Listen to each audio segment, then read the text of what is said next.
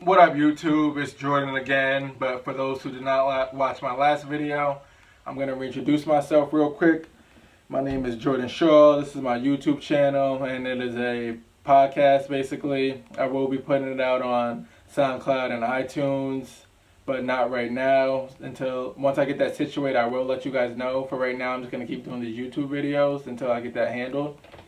And this is talk all types of basketball: NBA basketball, college basketball, high school basketball, anything basketball. I'm your man. Come see me. I'm a huge Blue Devils fan. I even got the Blue Devils hat on right now and these wavy Duke shorts. And that's because I got a Duke podcast for you guys today. My brother is a huge Kentucky fan, and you know how the Duke-Kentucky rivalry goes. He thinks he's going to win the chip every year. I think Duke's going to win the chip every year. We go after the same recruits, and he's going, nah, I'm telling you he's coming to Kentucky. You got to play for Cal. And I'm like, he's coming to Coach K. So that gets things pretty interesting sometimes, but that is my bro, and he honestly is my best friend. We both love talking basketball. We're both basketball nerds, so we made a few podcasts that's already out on SoundCloud that you guys could listen to. And I will have more for you guys, probably about the one and dones and who we think is going to be a good college player and who's going to project better as an NBA player. So stay tuned for that. I'll let you guys know. But for right now, like I said, I got the Duke podcast for you guys, so let's jump right into it. I'm going to be talking about this team that I think it could do something really special this year, like an ACC championship and a national championship. This team is really good. I'm going to be talking about their roles and some of their strengths and weaknesses. First up, we got the new Agent Zero. Yes, the new Agent Zero, baby. Jayson Tatum. Y'all know who the original Agent Zero was, but just in case you guys don't, it was Gilbert Arenas. And what did he do? He got buckets. So what did the new Agent Zero do? He gets buckets. The best part about Jayson Tatum's game is Duke can flat out score. Duke gets buckets. Who doesn't love a guy who gets buckets? I know I love a guy who gets buckets. Everyone's favorite player is Steph Curry, Kevin Durant, Melo. What do those guys do? They get buckets. They get buckets.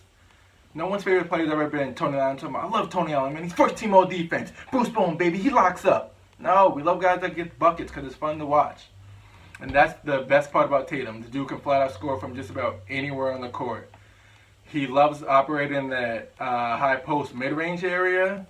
That's where he's most effective from and deadly from. He uses a lot of jab step, pump fakes. His step back is his go-to. Tatum needs a more consistent three ball right now, but it is not broken. So that's good. He just needs to hit it with a bit more consistency to stretch out the defense. The thing with Tatum though is, like, he's 6'8" and he's long and lengthy, but he's not a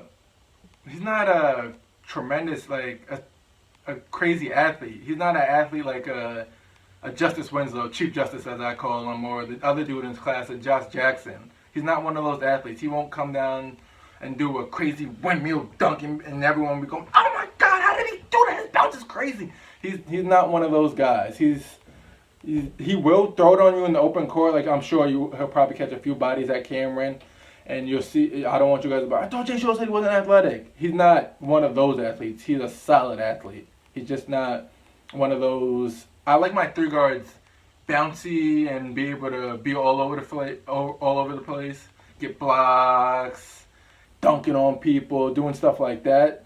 Tatum's kind of not like that. He's more of a. He is polished, so he's more of a just bucket getter. And he is very polished. I don't think he's that quick, which I think he could be a bit quicker. So that's why I think he's not slow. I just don't think he's overly athletic. So I think his best position will be at the 4 because it will help space the court and he'll most likely get a big on him, like a slower big, giving him the speed advantage. And with shooters on the court like Grayson, Frank, Matt, Luke, there'll be a lot of room to work. Because if they help out, he could dish it. And if they don't help out, he's going to cook them. Like I said, the dude gets buckets. So look for that this year. And everyone talks about Tatum on the offensive end. But this is a 6'8". Like, I went to the Jordan Brand Classic last year. And He's 6'8" and he's pretty long. I had good seats, and I said, man, I did not realize he was that like lengthy. So this is a guy that could lock up ACC wings if he puts puts his mind to it. I really think he can do that just because he's so tall and long. If he slides his feet and just gives effort, I think that would be interesting to watch. And he doesn't have to carry the offensive load because there's so many talented people on this team. So he should be able to get after it on both ends. He is a solid ball handler. He's not really that creative with the ball. He's not as creative as another Duke guy, Jabari Parker, I think. But he will help bring up the ball a bit, kind of like Ingram, especially since this team doesn't have a true PG. They do have Frank, but he's more of a 2 than a 1 right now. So I do think you'll see him operate at the pick and roll and help bring up the ball. So now we can move on to his best friend. Y'all know who this is. This boy's next up. Like, he really is next up. He called himself the big ticket. Boy, is he going to be worth the price of admission. Harry Giles. Harry Giles, man. This is a special kid. I'm using my phone to like guide me so I don't miss anything that I want to say. But Harry Giles is special. He is let me pump the brakes real quick because I know you guys are going to be writing comments. Special, he tore his ACL, he's the new D Rose, 6'10 D Rose, or some crazy stuff like that. I'm aware he tore his ACL his freshman and sophomore year, and then came back flying all over the place, dunking, grabbing rebounds out the sky. And then his senior year, he partially tore it in his other knee, so now we're waiting to see how he's going to come back. But I am betting on him coming back full strength. He had the surgery done at Duke, which is a great hospital, and he's working with their medical staff. So I do think he will come back 100%. I saw a video of him the other day going through the legs, and that wasn't 100%. And I was like, oh my God, he's not 100%, and he's already doing that. So the progress is looking good. I'm just going to talk about his game a little. He's a very, very athletic big. And he's skilled too. If you type in Harry Giles on YouTube, you could see him grabbing rebounds way above the rim, throwing shots, dunking, catching oops. And I love that type of stuff. But what surprised me about him, he's a big that moves so fluidly and he has a handle. Like I said, if you look at his YouTube highlights, he's coming down the court, full speed, goes through the legs crossover, the Tim Hardaway move. There's not a lot of big guys that can do that. There's not. That's a tough move. Some guards cannot even do that. Going full speed and making that move, and he's 6'10" doing that, that is scary, man. He is really skilled. The shot's not all the way there right now. I imagine that probably needs some work, but the form is good, which is always a good sign. So that means like if over the years, if he works on it, being consistently shooting, it will improve just because the form is structurally solid. Let's see, what else do I want to talk about? Harry's, if he gets back to full strength, I think he will be a double-double machine just because he's so athletic.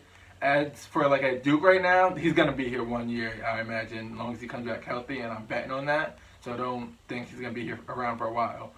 But what makes Harry so special is he can be a guy that can take over on both ends of the court. He's a great rebounder. He could switch on to the guards. I'm not saying he's going to lock them up, but he will be able to hold his own with his quickness and his length, and he's tall. So, and then he's a good rim protector. Like I said, the guy can block shots. So watching him play next year is going to be really fun. He does have a nice little post game. He has really good hands, like amazing hands. His post game does need some work, but I do think probably this year he'll just mostly overpower guys with his athleticism, and he does have a grown man's body. Like this kid is built. So watch out for him. This guy's like really the limit for him. Next up, we got the Duke fan favorite. Y'all know who the Duke fan favorite is. Who's the Duke fan favorite? If you guys don't know this, you're not a real Duke fan. Chase Jeter! Nah, I'm kidding. I know y'all hate me for this one. Talking about fan favorite. What kind of Duke fan am I, right? We all hated Chase because he was a 5-star recruit that didn't look like a 5-star recruit, honestly. He came in and just didn't play to expectations for us or himself, I'm sure. He had the hands that could have gave him the name Juggles on last year's team. He fouled out every 2 seconds. I mean, what a year for you, Chase. But I never gave up on Chase. One, because of he's 6'10", bouncy, and he's long. You can't teach that stuff. You cannot teach that stuff. And the kid always played hard. I hated seeing, damn, get Chase out of here, another foul. Or, my grandma could have caught that or something like that. Like Chase, you could tell he was upset with himself. So I've been reading about him, and he went to Adidas Nation. That's a Adidas camp that they have every year, and there's a bunch of D1 players that go there, high level.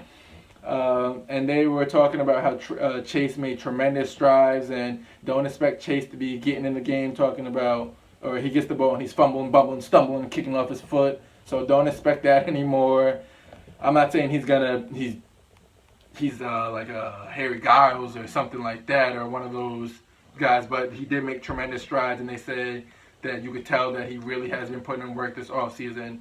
So expect him to provide a solid energy off the bench with probably like a few blocks, or he's a good offensive rebounder, so maybe some putback dunks. I don't know how much he'll play just because this team has a lot of quality bigs, but expect Chase not to come in fumbling, bumbling, stumbling anymore. Next up, all right, no more jokes, guys. Next up, this guy really is the Duke fan favorite. Like, we love him for putting on his back versus Wisconsin. We called upon him for his sophomore year. He answered. Y'all know who I'm talking about, baby. The white assassin, Grayson Allen. Yes, he trips people, but I don't care. I'm a Duke fan. Trip him. I don't care. I love Grayson Allen. I call him the white assassin. Grayson Allen, last year, balled out. He had that game winner versus Virginia. Some of y'all say travel. I say up his chest ball game.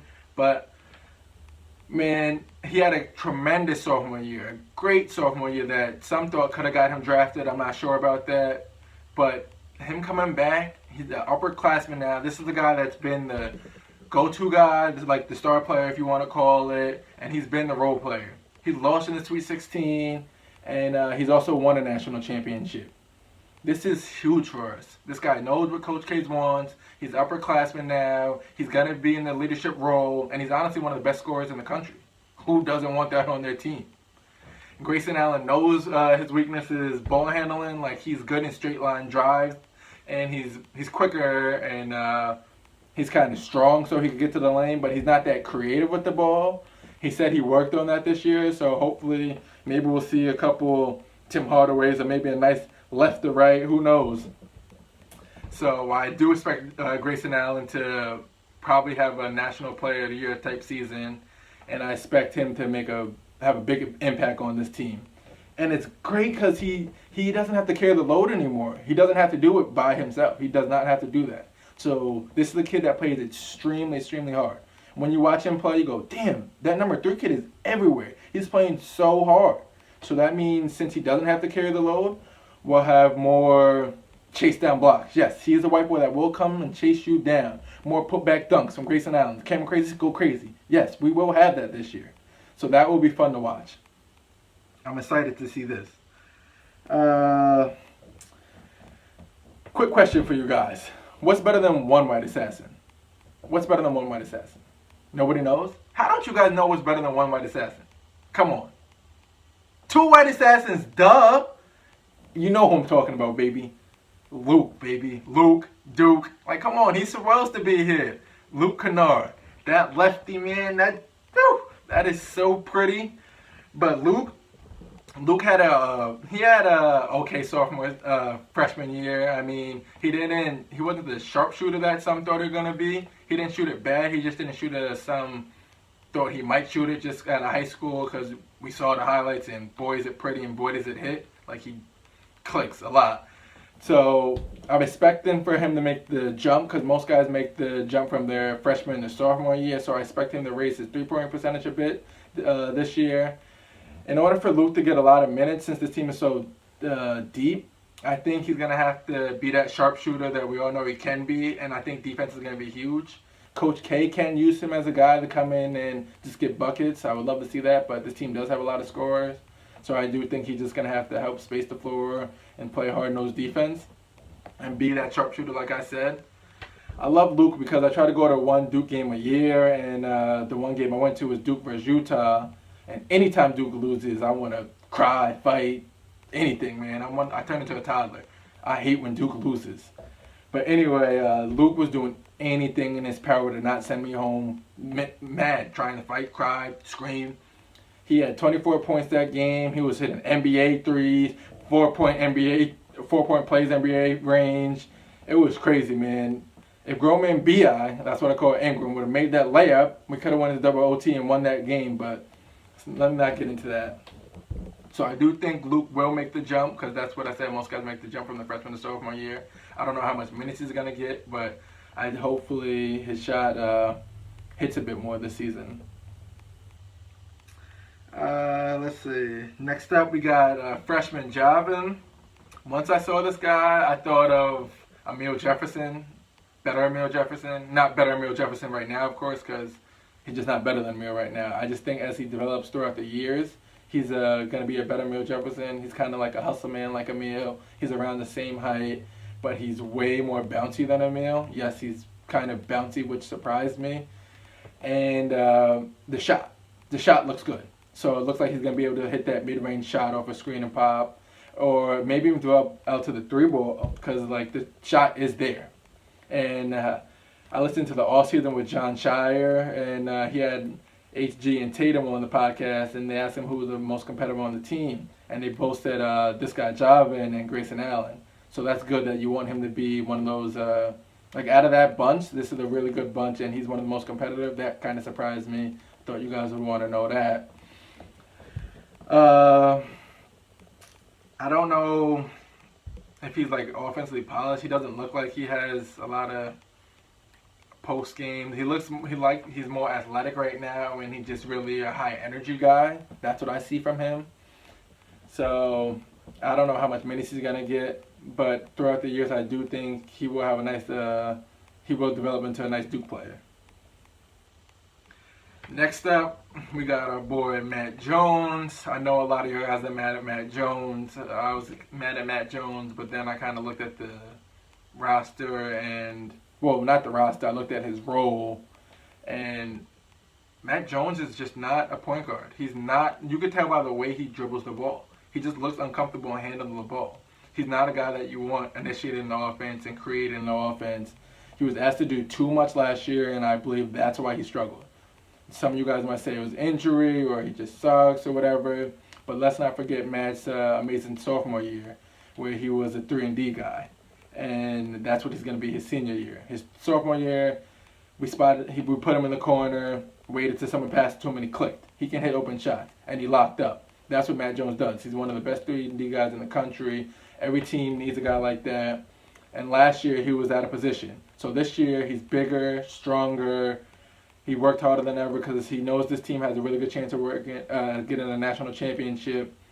So I do think this will be a bounce back year, just mainly because he's back in that 3-and-D role. So he doesn't have to help initiate the offense or do anything. All he has to do is lock up and defend. So expect the bounce back year from Matt Jones. Next up, we got the American Gangster, Frank Jackson.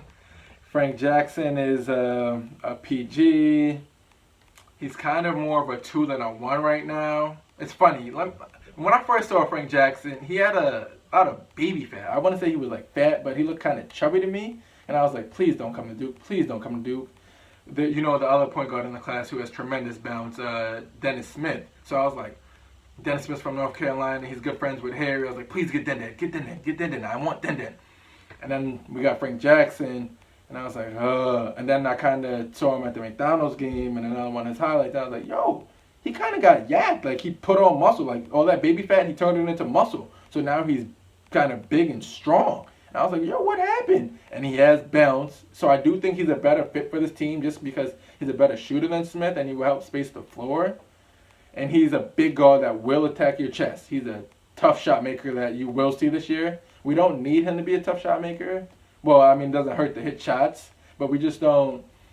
We need him more in that kind of Tyus Jones role and getting everyone their looks, getting everyone directing like traffic, like you're supposed to be here, and just setting things up.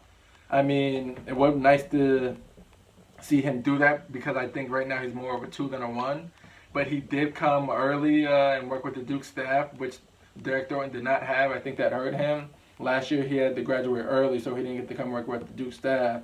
So he was doing workouts by himself, and I think that kind of hurt him. But Frank Jackson did have the luxury of coming early, which I do think will benefit him in the long run. I don't know how long he'll be in Durham. He could be a one and done guy. This is a guy that does have the talent, but he is a tweener.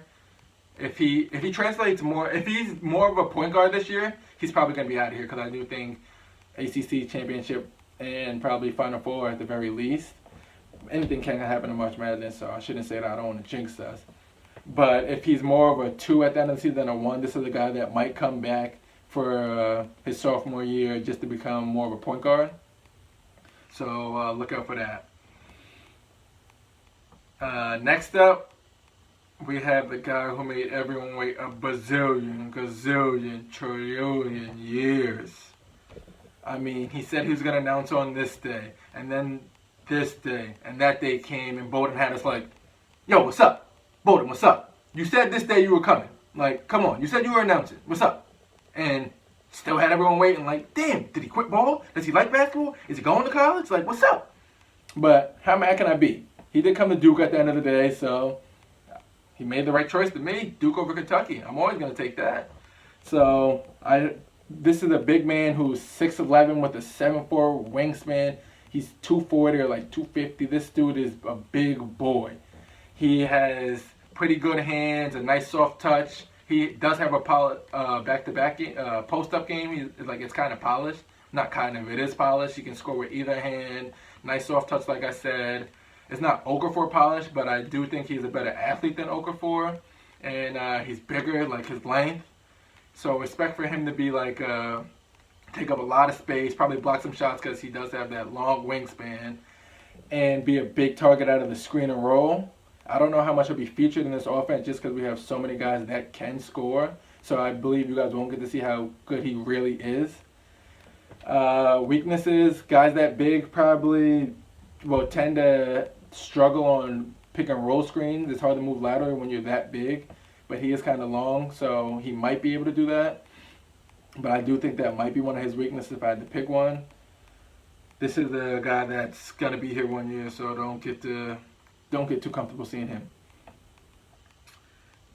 Let's see, who do we got next up? Oh, next up, we got a 20-year senior. Yes, a 20-year senior. He's been here forever. HG and Tatum call him Pops. He's the new version of Kansas's Perry Ellis, Emile Jefferson. Emile Jefferson is a 5th-year senior. He's not really a 20-year senior. They don't have those unless you're retarded or something. But anyway, he's a 5th-year senior. This is the guy that knows what it takes to win. He was on that 2015 team that won a national championship. He was on that 2014 that had Mercer beat us when the white boy was Nene and all that's going over and over. I hated seeing that. So Emile does have experience, and he's a 5th-year guy. This is huge. I'm not a big Emile fan.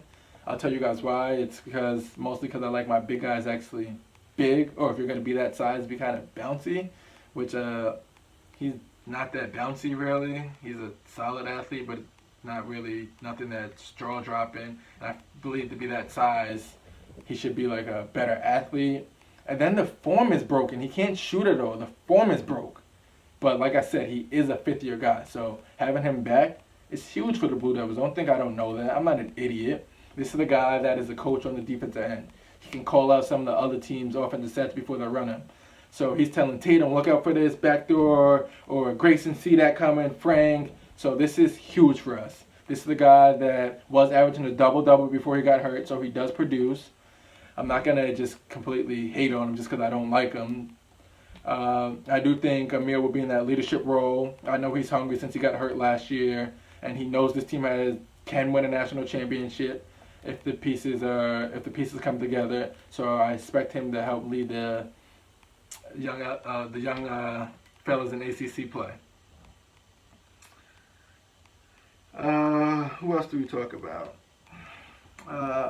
I think that's about it. I'm not going to talk about Antonio or Sean Obi. We don't know if he's going to play because he got bad knees.